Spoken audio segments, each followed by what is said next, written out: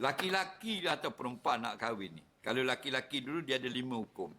Okey. Pertama sunat, kedua harus, ketiga makruh, keempat haram, kelima wajib. Bila laki-laki itu sunat berkahwin, dia ada kemampuan dan dia ada keinginan. Jelas. Bila laki-laki itu harus saja tidak sunat berkahwin, iaitu dia ada kemampuan dan tidak ada keinginan. Tak berasa nak kahwin tapi duit ada, harus berkahwin. Okey? Yang ketiga makruh berkahwin, tidak ada kemampuan, tidak ada keinginan. Okey? Makruh berkahwin, kahwin juga sah, tak ada masalah. Okey?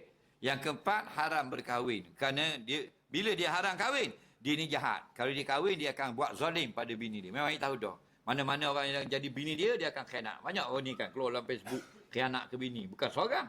7-8 orang bini. Faham? Nikah, katok terajang. Betul tak?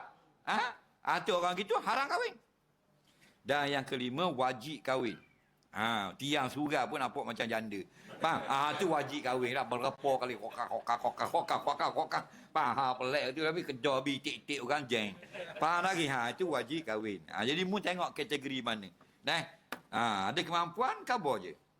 Jangan takut. Faham? Islam dia tak payah kita sembunyi-sembunyi. Kita khabar je. Kita tengok comel budak ni pergi surah sokmo. Aku kenal awak bini aku. Faham lagi? Kita follow dia balik lagi. Ikut motosikal. Jangan pergi rumah dia. Ambil location. Faham? Siapa rumah dia, ting, ambil location.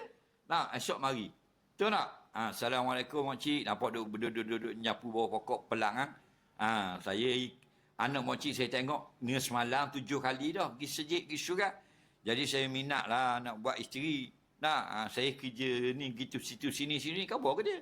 Kalau setuju, ibu bapa saya minggu-minggu depan mari masuk meminang macam kita ada orang Melayu. Betul tak?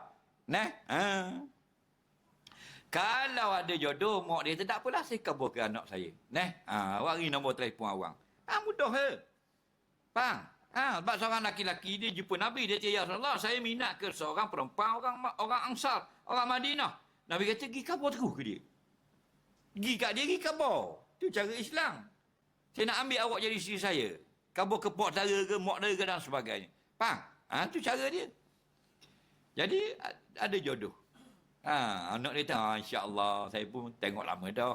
Jadi kalau tak ada jodoh, mak dia kan minta maaf dah, anak saya tu tunang dah. Dengan ustaz tu lah janggut tu. Faham?